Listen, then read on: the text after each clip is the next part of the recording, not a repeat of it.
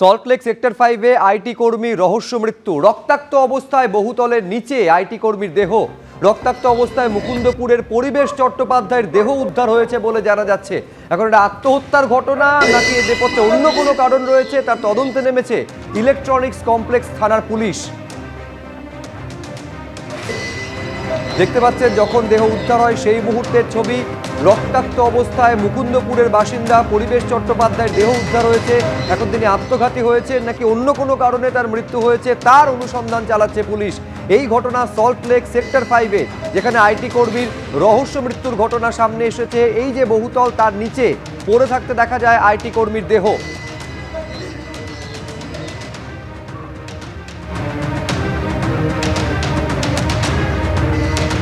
কিভাবে তার মৃত্যু হলো, কিভাবে তার দেহ নিচে এলো, এইটা হচ্ছে সব থেকে বড় প্রশ্ন। তিনি কি আত্মঘাতী হয়েছেন নাকি তার মৃত্যুর পেছনে অন্য কোনো কারণ রয়েছে? ইলেকট্রনিক্স কমপ্লেক্স থানার পুলিশ সেই কারণ অনুসন্ধানের কাজ চালাচ্ছে।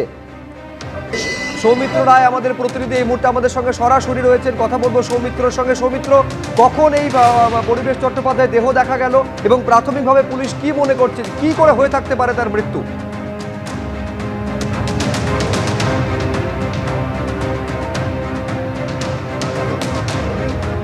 করছে যে কী কারণে এই মৃত্যু সেটাই এখন খতিয়ে দেখছে ইলেকট্রনিক্স কমপ্লেক্স থানার পুলিশ আধিকারিকরা।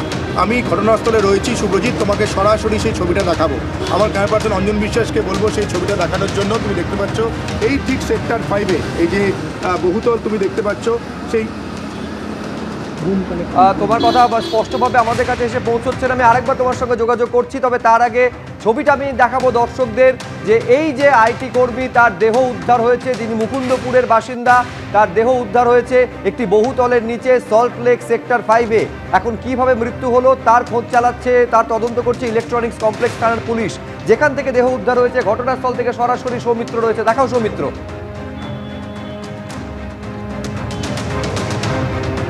হ্যাঁ শুভজিৎ, দেখো আমি ঘটনাস্থলে রয়েছি, তোমাকে সরাসরি ছবিটা দেখাবো। সল্টলেক সেক্টর 5-এ এখানে একটি আইটি বিল্ডিং, এই বহুতলে আইটি যারা কর্মী রয়েছেন তারা এখানে চাকরি করেন। এই বহুতলের নিচ থেকেই আজকে সন্ধ্যে 7:30টার সময় একটি রক্তাক্ত অবস্থায় মৃতদেহ পাওয়া যায়।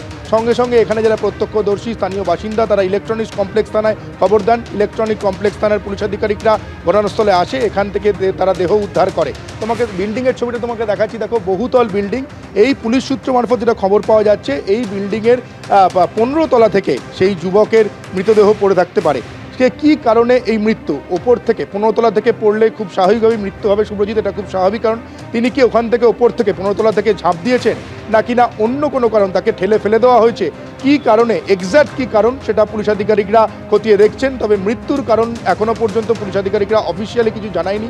যে মৃত যুবকের নাম, তার নাম হচ্ছে পরিবেশ চট্টোপাধ্যায়। তিনি মুকুন্দপুরের বাসিন্দা, তার বয়স 22 বছর থেকে 23 বছর হবে।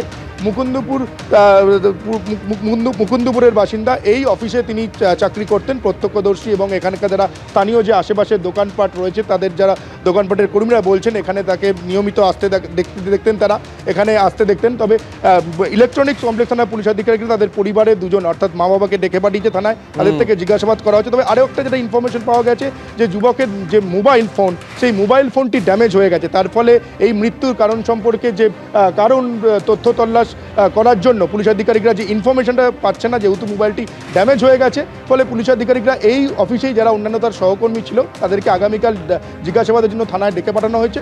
জিজ্ঞাসাবাদ করে এই মৃত্যুর কারণ সম্পর্কে পুরো বিষয়টা খতিয়ে দেখবে ইলেকট্রনিক কমপ্লেক্স থানার। ধন্যবাদ শুভ্রজিৎ।